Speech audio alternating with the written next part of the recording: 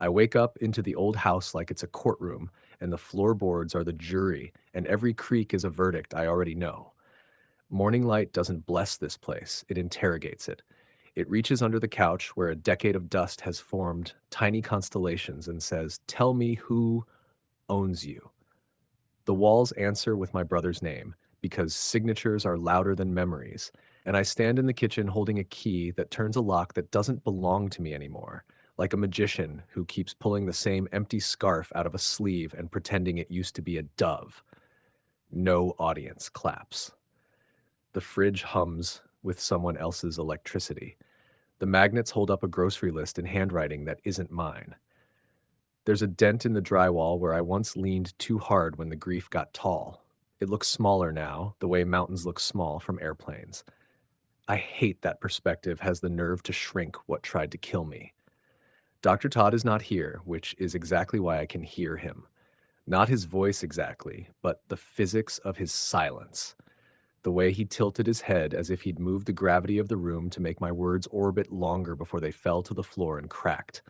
The ritual of the water I never took. The tranquilizer gun joke that landed softer than it should have, like he was laughing with me at the wildfire, not at the trees. The sessions didn't save me, they tuned me, and now everything hums in that key. Even this kitchen hums in that key. Even the hum of the fridge is telling me to breathe. I hate that too. I tell the house a story out loud just to see if it remembers my voice. I tell it about that Sharpie night and the ink black name that dragged me back to living. I tell it about the days I slept on this very floor because my body was tired of being vertical. I tell it about Cheryl, about her laugh that shook the snow off the eaves about 10:54 a.m. and the way time bent its own neck and refused to look me in the eyes afterward. The house is a terrible listener. It soaks it in and gives nothing back. Betrayal is dry rot with paperwork. I make coffee I won't drink. I line up two mugs like chess pieces from a game I never learned and pretend one is for Dr. Todd. He would decline. Water, he would offer. I would decline. That's our liturgy. The not drinking of things. The sanctuary of refusal. The way we both acknowledge every thirst without humiliating it. I walk through rooms like a tour guide of a museum that got robbed. This was the studio, I say, and the sun falls across a patch of floor where my sax player once laughed so hard he fell over, and the microphone caught the sound of his joy and turned it into a ghost that still lives in the stems. This was the bedroom, I say, and the closet sighs like it's trying to remember which winter broke me. This was the window we left open when the storm came in July, I say, and the screen stares back at me with that lattice of metal that makes every view look like a cheap prison. I can't decide if the house is mourning or gloating, maybe both. Maybe that's all houses ever do. If this is Game of Thrones long, then the sigil above my door is a cracked gear on a black field, lightning stitched through it with dental floss, two dogs rampant left and right, a mini horse trotting below like a punchline in a language only I speak. The family words, mine is mine, yours is yours. The words are a threat and a prayer. The house knows both flavors. At noon, I leave. The door clicks behind me like a bad punchline, and the driveway blinks empty in the hard light. My truck waits like a loyal animal that's learned to nap with one eye open. The seatbelt's frayed. The check engine light performs its daily one-man show.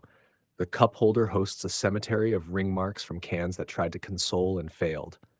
The notebook rides shotgun, buckled. It's heavier than it should be. Book of names I won't say out loud. Index of promises with coffee stains over the parts that still hurt to read. On the front, the Sharpie scar, Dr. Todd. It's less a title than a compass. North points toward a beige office that smells like carpet cleaner and mercy. South points toward a past I keep exhuming with a spoon because shovels feel like cheating. I drive without music because the engine writes its own score. Rattles for percussion, belt squeal for violin, a bass note in the frame that vibrates my bones like they owe rent. The road out of the neighborhood is a short one. The road out of the story is not. Every turn remembers a fight we had in a previous chapter. The light at 10th and Cliff still times itself to punish me. Some days I think the city is a sentient thing, a petty god that got bored with blizzards and learned paperwork. At the red light, I catch myself rehearsing speeches to my brother. The kind of speeches heroes give in Act 3 before they get stabbed by a plot twist. In mine, I don't die. In mine, I take back everything with interest and a monologue that stops traffic. Reality edits me down to a shrug and a sigh. The light turns green. I obey. That's the problem with green lights. They make obedience look righteous. The hangover doesn't announce itself. It seeps. It salts the earth while I'm busy mowing the lawn and then asks why nothing grows. It's the weight of memory pressed into the present until the floorboards sag. It's the way a song I wrote to survive becomes a noose if I loop it too tight around a night that won't end. The 1,000 years are not linear. They bloom in pockets. A Tuesday in October that carries the gravity of a century. A 5-minute conversation with a stranger that ages me a decade. A long look in a bathroom mirror that rolls back time until I'm 25 and invincible and still somehow already tired. I stop at a strip mall lot and watch a father carry a cake box like a bomb. His kid hops ahead, all knees and future.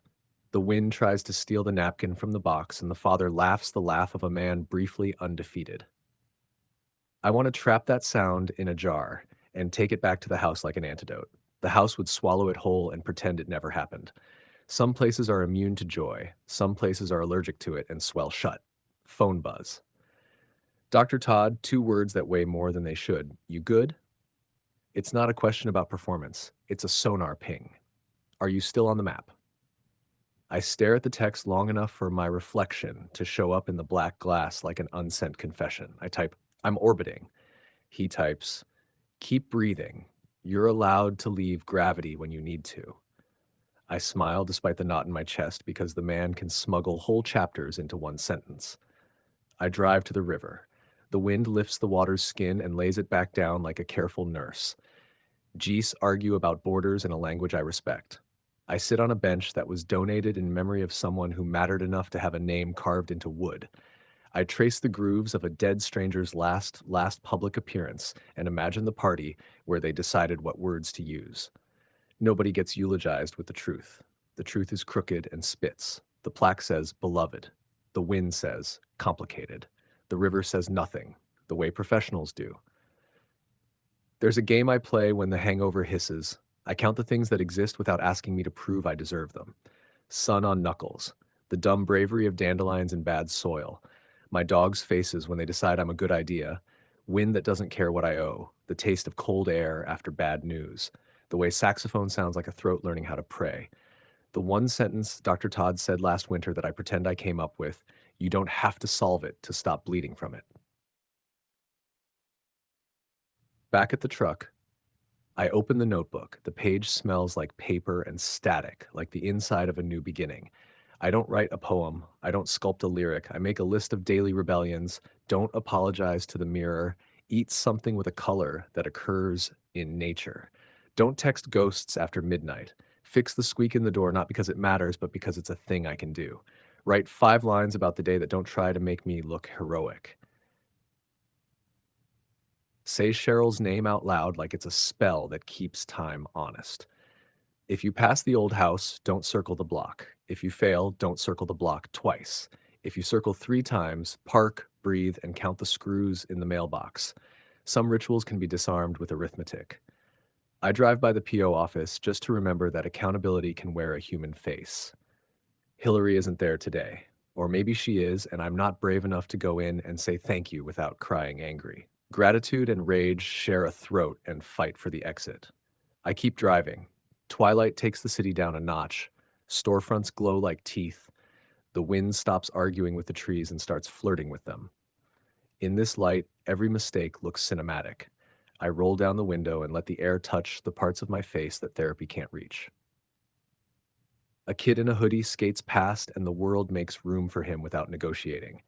I envy that frictionless physics. Night. I go back to the house because I'm a moth and grief is a porch light with a perfect memory. The driveway knows my tires. The porch step knows my weight. The key knows the lock, the way an old song knows the dance floor. I stand there with the key in my hand and 1,000 years in my throat. There is a version of me that goes inside and pretends ownership and screams at the drywall until the cops arrive and history repeats its worst jokes. I don't choose that version. I sit on the stoop instead. The concrete has stolen the day's heat and gives it back in small coins. Above me, the eaves whisper the weather report in the dialect only houses speak. Next door, someone laughs too loud at a show that doesn't deserve it. Far off, a train lays its long metal vowel across town, and the dog in my chest lifts its head to listen. I let myself be boring for a full minute, which is the bravest thing I've done all week. Phone buzz again. Dr. Todd, hydrate, rebel. Two words that together feel like a treaty. I look at the door. I look at the street. I choose the street. I walk without destination until my legs stop negotiating and just do their job. A block becomes three. The cold decides I'm interesting and climbs my sleeves. I let it. Any sensation that isn't despair is a useful instrument. At the corner, I find a payphone that's been dead since the Bush administration, and I put my fingers in the coin return because hope is feral and embarrassing. A spider looks up at me like I owe rent. Same, I tell it. We agree to disagree about webs. Back home, wherever that is tonight, I pull the truck into a motel that was new when cassette tapes were royalty and is now a museum for stains. The clerk looks through me like a man whose job has taught him X-ray. I sign a name that belongs to me. Keys, ice machine, continental breakfast that will taste like a legal disclaimer. The room smells like bleach and a story, which is better than sadness. The AC unit roars like a friendly jet engine. I lay on the bed and practice not narrating my life for 10 breaths. It feels like drowning in a kinder ocean. Sleep doesn't trust me yet, so I bribe it with a ritual. Lights out, phone face down, notebook open to a blank page. I write 5 true sentences that try very hard not to be poetry. Today, I did not become the worst version of myself. Today, the river kept its secrets, and I respected it. Today, I did not circle the block more than once. Today, I texted back when the man who refuses to label me asked if I existed. Today, the house lost a little ground and didn't know it. I closed the notebook, and the Sharpie scars through the cover like a heartbeat under skin. I pictured Dr. Todd in his chair, offering water to a stranger who thinks thirst is a kind of shame. Somewhere in the beige, a laugh about tranquilizer guns is waiting to be born again, because kindness keeps inventing new ways to be ridiculous in a world that wants everything to be cruel or profound. I let that laugh be my lullaby. I let the thousand-year hangover hum in the walls like electricity. I let the dark do its job without naming it. Morning will come. It always does, even when it doesn't want to. The house will still be stolen. The road will still be long. The saga will still have too many pages left to count. Good. Good. That means I'm still in it. That means the dogs will need feeding, the truck will need coaxing, the notebook will need new scars, and I will need to endure in the particular way I've learned. Grudgingly, humor first, knuckles second, heart last, because it's the delicate instrument you pack on top when you're moving. I fall asleep to the sound of the AC, pretending it's wind across a canyon, and in the middle place between awake and gone, I hear 2 soft words like a pact I signed without reading. Keep going. The voice could be mine. It could be hers. It could be the quiet man in the beige office who never once told me what I was and somehow taught me everything I needed to be. Either way, I obey, which is the most rebellious thing I've done in years.